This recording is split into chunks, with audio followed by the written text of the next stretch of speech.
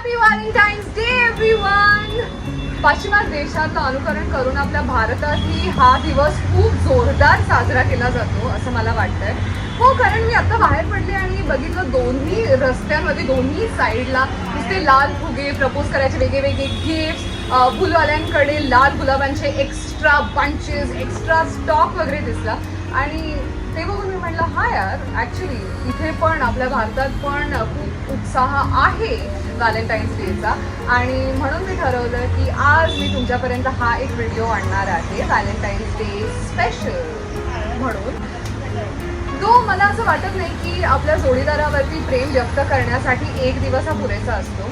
हे आपण पदोपदी round the clock 365 days express केलं पाहिजे. आणि फक्त शाब्दिक नाही तर कृतीतून. नुसतं I love you darling, oh I can't live without you, I miss you, ह्याला प्रेम म्हणत नाही. आणि ते सुद्धा इम्पॉर्टंट आहे. पण जसे दिवस जातात, जसं आपण आपल्या जोडीदाराला साथ देतो, त्याला समजून घेतो, त्याच्या कामाचा आदर करतो, त्याचा आदर करतो, ह्याच्यात खरं प्रेम दडलेलं आहे.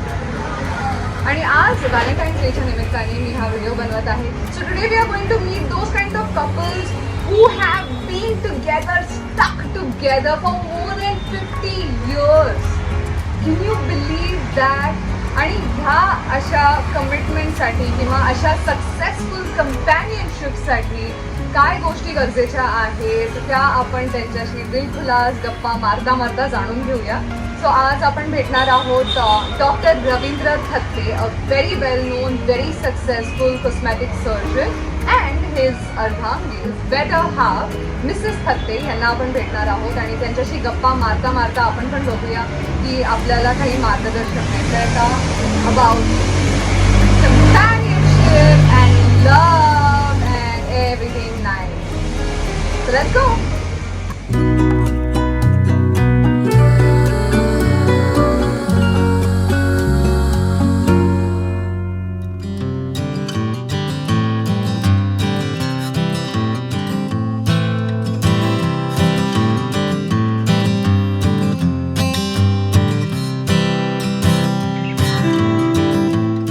Incidentally, when he came to our house for the first time, it was 14th February. He had seen me before, somewhere, some wedding.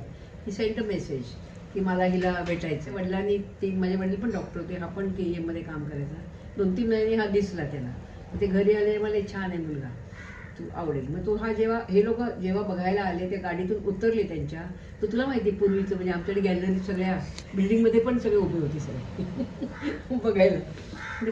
He stepped out of the car and immediately I told my parents, yeah, I think he's the boy. I like him. 56 years back, Valentine Day वगैरे असं काही नव्हतं ना.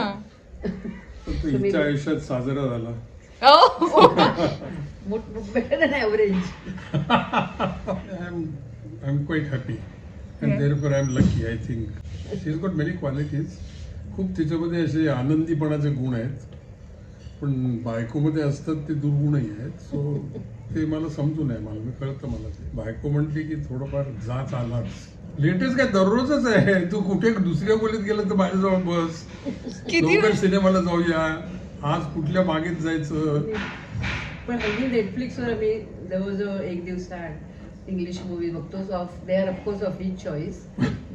खरं सांगू का, बाकीची जे सगळी जोड्या आहेत आमच्या ओळखीच्या, त्या कधी दोघं जणच जात नाही. बरेच लोक म्हणतात की अरे तुम्ही दोघं जणच कसं जाता. म्हटलं जिच्या बरोबर मी 55 वर्ष काढली, 56 वर्ष काढली, तिचा स्वभाव मला माहिती आहे, तेव्हा मी I am comfortable going with her. तुम्हाला इतकं मित्रमंडळी घेऊन कशाला जावं लागतं. इतके आम्ही व्यस्त आणि व्यग्र असतो नेहमीच्या आयुष्यामध्ये, तर मग जायचं तर दोघं जणीच जावं ना, आणखीन माणसं कशाला तिथे. मग आम्ही सिलॉनला गेलो किंवा आणखीन कुठे गेलो, तर आम्ही मॉरिशसला गेलो. आम्ही एकटे एकटे नाही, दोघं. That is the most natural thing ना. It is friendship. त्याला पण तुम्ही काय काय काय काय त्याला रूप देता ही गोष्ट निराळी आहे, पण मैत्रीच खरी ना. आता तो पुरुष आणि स्त्री आहे म्हणून ते लग्न झालंय वगैरे ते सगळं ठीक आहे, मला मुलं होतात, पण तीच खरी मैत्री ना. दोघं जण एकत्र राहणं आणि शक्यतोवर बायकोचं नवऱ्यानं ऐकणं यालाच लग्न म्हणतात. दुसरं म्हणतात ना, ऑपोजिट्स अट्रॅक्ट. तसं आहे मला वाटतं आमचं काहीच साम्य नाही आमच्या कुठल्याच आवडीनिवडी जेवणात खाण्यात कपड्यात कसलं साम्य नाही आहे पण still we attracted to each other for whatever reason देतो हे आमच्या दोघांच्या बाबतीत असं आहे ही डज म्हणजे आमचं पॅरल लाईन सारखं आयुष्य आहे we meet every evening of course at the junction पण he allows me to do what I want I allow him to do what he wants so that keeps us happy I think त्याला इतके awards मिळालेत आत्तापर्यंत so normally he always takes me with him on the stage and all that माझं आयुष्य खूपच निराळं आहे अनेक सामाजिक घटना सामाजिक लढे मी दिले आणि त्यामुळे ती मला नेहमी म्हणते की हे सगळं तुझं काय चाललंय प्रॅक्टिस सोडून तुझे काय भानगडी आहे काय ज्ञानेश्वरी वाचतोस कशाला पुस्तक लिहितोस वगैरे वगैरे परंतु मी पाठमोरा झाल्यावर जर कोणी माझ्याविषयी एकही शब्द काढला तर वाघीण परवडली अशी हिची स्थिती असते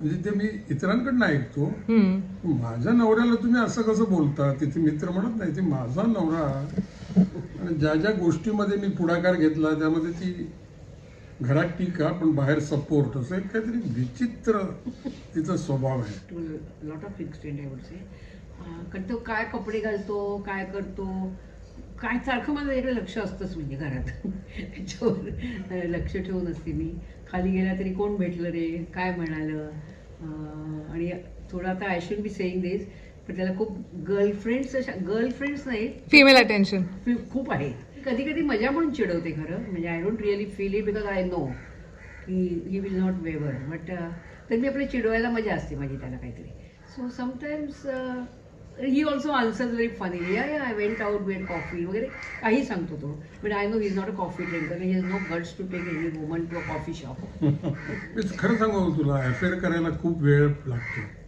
तेवढा वेळ नाही माझ्याकडे एक आहे तीच बरी लेट नाईट असं नाही पण आज आपण 2 जण लंचला जाऊ वगैरे म्हणजे ते सगळं त्याचं सगळं प्लॅनिंग हीच करते आणि मी त्याला हो म्हणतो की आज त्या चायनीज मध्ये जायचं फ्लोरा फाउंटनला जाऊ मी ऑलवेज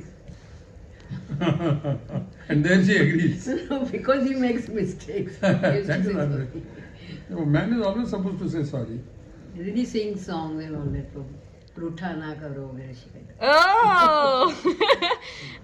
खरं म्हणजे सांगू का आमच्या काळात जेव्हा लग्न झालं आमचं 64 मध्ये तेव्हा तिला 2-3 वर्षात काय एकमेकाबद्दल इतकं अट्रॅक्शन असतं की तसं काय एकमेकात तेवढ्या पुरतंच वाटतं आणि he use to be so busy being working in KM hospital I was busy with my kids आणि असं म्हणजे काय वाटायचं नाही की ठीक आहे त्याला वेळ नाही ओके मग मध्ये अशी स्टेज आली की तो एकटा अमेरिकेला गेला आणि नंतर आय फॉलोड आणि तेव्हा मला आय रिअली मिस्ड हिम आणि तेव्हा तुला माहिती आहे तेव्हा काय फोन बिन असं काही नव्हतं लांब लांब पत्र लिहायचा आणि ती आंतरदेशीय पत्र 15 दिवसांनी त्याची मी वाट बघायची मग मी कुठला तरी पिक्चर पाहिला की त्याच्यातला इन्सिडेंट त्याच्यात लिहायचे त्याला काय रिअली मिस्ड यू वगैरे आणि नंतर आय जॉईन्ड हिम आणि पण असं म्हणजे जचलं कधीच नाही एकमेकाचं काहीच एक माझा त्रास तसं झाला नाही आहे आता नॉर्मल जो बायका पुरुषांचा जो भेद असतो त्यांनी आपल्याला थोडा त्रास होऊ शकतो मला वाटतं फार एक्सपेक्टेशन ठेवूच नाही आहे आपल्या पार्टनरकडून त्यामुळे मग जे तो करेल जे काय करेल ते एन्जॉय करावं त्याला प्रायव्हसी देतो एकमेकाला जे पाहिजे ते करू देतो आणि basically not to mean expectations from each other की त्यांनी मला ही गिफ्टच द्यावी आणि त्यांनी मला असंच बोलावं किंवा लाईक फार सारखं जवळ घ्यावं असं काय आम्ही एक्सपेक्ट करत नाही पण if it happens it happens मला नेहमीप्रमाणे ज्ञानेश्वरांची ओवी आठवते की पत्नीने करावी पतीची सेवा आणि मग पतीने पत्नीचा प्रत्येक शब्द मानावा याच्यामध्ये पत्नी श्रेष्ठ असते आणि हे भक्ताचं दिलेलं उदाहरण आहे श्रीकृष्ण भक्ताला म्हणतो की तू माझी भक्ती करतोस म्हणून तूच खरा श्रेष्ठ आहेस तसं थोडंफार मला वाटतं स्त्री पुरुषांच्या बाबतीत असतं कारण लिंगभेद तर असतोच प्रेम वात्सल्य आपुलकी जवळीक या गोष्टी जास्त स्त्री सुलभ असतात आणि पुरुष त्या मानाने थोडा नफट असतो सो ते तिथपासून सुरू होऊन मग त्याची पुरुषानं दाद घेणं आणि मग स्त्रीवर सगळं सोपवणं याच्यामध्ये मला वाटतं यशस्वी संसाराचं रहस्य दडलेलं आहे कारण you know it is difficult to live with yourself That is why the world of psychiatry has come up or psychology. So therefore the next step is to be able to live with someone else. मन एका निष्पाप तऱ्हेनं पण प्रेमानं गुंतवलं जातं, त्यामुळे माणसाचा स्तर वाढतो. एकटं जगणंही गमतीदार आहे, पण एका अर्थानं मुलं न होऊ देणं, लग्न न करणं, एकट्याने राहणं, यामागे एक स्वार्थी विचार असतो. कारण त्याच्यामध्ये मीच खरा आणि मला पाहिजे तसंच मी करणार, असे जे विचार असतात आणि जे हल्ली लग्न संस्थेला पोषक नाही आहेत, ते विचार म्हणजे लग्न करून गोडीनं राहणं. मी असं म्हणत नाही की सगळीच लग्न अगदी योग्य असतात किंवा आयडियल असतात, परंतु लग्न करून एकत्र राहणं यामध्ये समाज एकत्र राहण्याचं मूळ त्याच्यामध्ये गुंतलेलं आहे. की तुम्ही बायकोबरोबर राहता, बायको तुमच्याबरोबर राहते, तुम्ही मुलांचं संगोपन करता किंवा मुलं ॲडॉप्ट करता आणि त्यांचं संगोपन करता. हा जो धर्म आहे, हे जे संस्कार आहेत, ते विस्तारित तऱ्हेनं एक्सटेंडेड समाजाला पोषक आहेत. कुणाला तरी म्हटलं होतं की ज्यावेळेला एखादी प्रेमात पडलेली व्यक्ती असं म्हणते की मला तुझ्याशिवाय राहता येत नाही, त्यावेळेला ती स्वतःचा अहंकार बाजूला ठेवत असते. आणि अहंकार ही गोष्ट बाजूला ठेवल्याशिवाय कुठलीच गोष्ट शक्य नाही. तिने असं म्हटलं जसं अपेक्षा कमी असाव्यात. शारीरिक संबंध सोडले तर नंतरचा जो स्वभाव असतो त्याच्यामध्ये अरे ही नक्कीच निराळी आहे, हिच्याशी मला आता जमवून घेतलं पाहिजे, ही जी वृत्ती असते ती वृत्ती प्राथमिक असते आणि तीच वृत्ती नंतर समाजात जाते. आणि अशा तऱ्हेनं जो मनुष्य घरी आणि बाहेर जमवून घेतो, समजून राहतो, परंतु आपली उद्दिष्ट करत राहतो, तसं लग्नामध्ये आहे ना. की तिला आवडत नाहीत काय काय गोष्टी, तरी सुद्धा ती मला करू देते, याच्याबद्दल जी भावना आहे ती फार महत्वाची भावना आहे. डिफरन्स ऑफ ओपिनियन असतो ना. हो, अगदीच. राजकारण, समाजकारण, व्यक्ती, नातेवाईक. मला यांच्यातला न आवडणारा गुण. नाही, मी कधी सांगतो तू जाशील, माझ्या घरात सिनेमा होईल. नथिंग आहे ना. Everything, every action, thought, word, deed, behavior gives me utmost pleasure. No, I will not. Excuse me. मी सांगते त्याचं इतकं टाइम टेबल सेट असतं. म्हणजे अगदी सकाळी 6 वाजता उठणार, मग एकटा चहा पितो तो, कारण आम्ही जर उशिरा उठतो. मग तो चहा अर्धा पाऊण तास चहा पितो, मग तो गच्ची जाऊन त्याची आसनं वगैरे काहीतरी करतो, सूर्यनमस्कार. मग तो गार्डनमध्ये जातो खाली काम करायला, पाणी घालायला वगैरे. आहे माळी पण तरी पण तोच जाणार. आणि मग त्याचं इतकं सेट आहे. 6 वाजता जेवायचं म्हणजे जेवायचं, 3 वाजता चहा प्यायचा, अमक्या वेळेला वरती गच्ची जायचं. त्याच्यात तो त्याला बदल करायचा म्हणजे त्याला खूप त्रास होतो. त्यामुळे त्याचं मला कधी कधी म्हणतात अरे इथे इतकं चाललंय, तर हे कसलं टाइम टेबल घेऊन बसलंय शाळेतल्यासारखं. So you basically hate his timetable. Yeah, I know. The initial attraction is physical, then dependence, and love is a nurtured expression of one's dependence on the other. It is not as if it is something, it is not as if it's like a thunderbolt. That thunderbolt is only for that particular moment about a person of the opposite sex. And anurupata or whatever, I love her. It is just hormones. But after some time, बुद्धी ही गोष्ट मध्ये आणावी लागते. बाबा मला आता शांत तऱ्हेनं जगायचं असेल तर मला जिच्याविषयी असं वाटतं तिच्याशी मला जमवून घेतलं पाहिजे. मग तुम्ही लग्न करा, लग्न करू नका, काय वाटेल ते करा, पण आज मला हिच्यावर प्रेम आहे, उद्या तिच्यावर प्रेम आहे, मला आता प्रेमच नको, मी एकटाच राहणार किंवा एकटीच राहणार, आणि वैफल्य हे बेकार आहे. What is called is the dystopian world, opposite of utopian world. हे डिस्टोपियन जे आहे त्याने कोणाचं कल्याण होणार आहे की नाही हे मला माहिती नाही. एका स्त्रीशी गेले 56 वर्ष संसार केलाय. अर्थात there are instances when both the partners have momentary attractions and distractions. That is not the point. पण ते जसं म्हणतात तसं पाण्यावर तरंग उठतात तसं त्या भावना येतात आणि जातात. भावनांचं एकीकरण करून त्यांनी बुद्धीचा वापर करून एकमेकांना साथ देत जगणं is beyond physical attraction, and that can only be cultivated over a period of time. Of course there is this business of having produce something that is children. तर त्याच्याबद्दलची जी भावना असते ती एकत्रपणेच असते ना. हे सुखी होतात का का त्यांच्या मनामध्ये खदखद राहते की माझं काय नीट झालं नाही. पण ते खदखद राहते याचं कारण तुम्ही एका गोष्टीशी सातत्यानं झगडलाच नाहीत. तर प्रयत्नात काही झालं नाही तर of course there is always this variety. म्हणजे दोन टोकं असतात. एक टोक बिलकुलच पटत नाही, एक टोक इतकं पटतं की म्हणजे ते काय अगदी फारच जास्त. बहुतेक मधला जो भाग आहे तो प्रयत्नांतीच असतो ना. 36 गुण जमलेल्यांचं ठीक आहे ग, आणि ज्यांचे अगदीच जण ते बळजबरीने लग्न झालं और you know physically there is no attraction in them, that's a different. But majority of the people you have to do effort.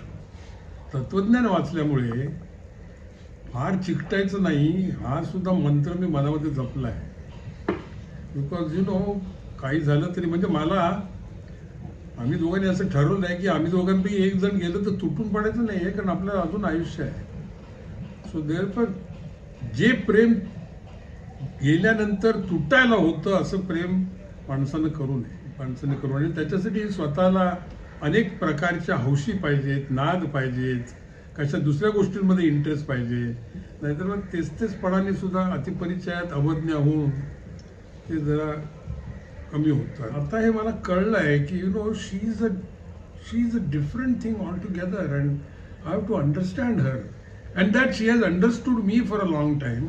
So it is now my turn to understand her. Guys, कसा वाटला तुम्हाला हा video आणि कसे वाटले काका काकू हे मला कॉमेंट करून नक्की कळवा. मला तरी खूप काही शिकायला मिळालं, मला खूप मार्गदर्शन मिळालं. अँड ऑफकोर्स मला एक गोष्ट कळालेली आहे की great things never came from comfort zone. So always remember that, and always remember that I love you all, and don't forget to like, share, subscribe and hit the bell icon. Mwah.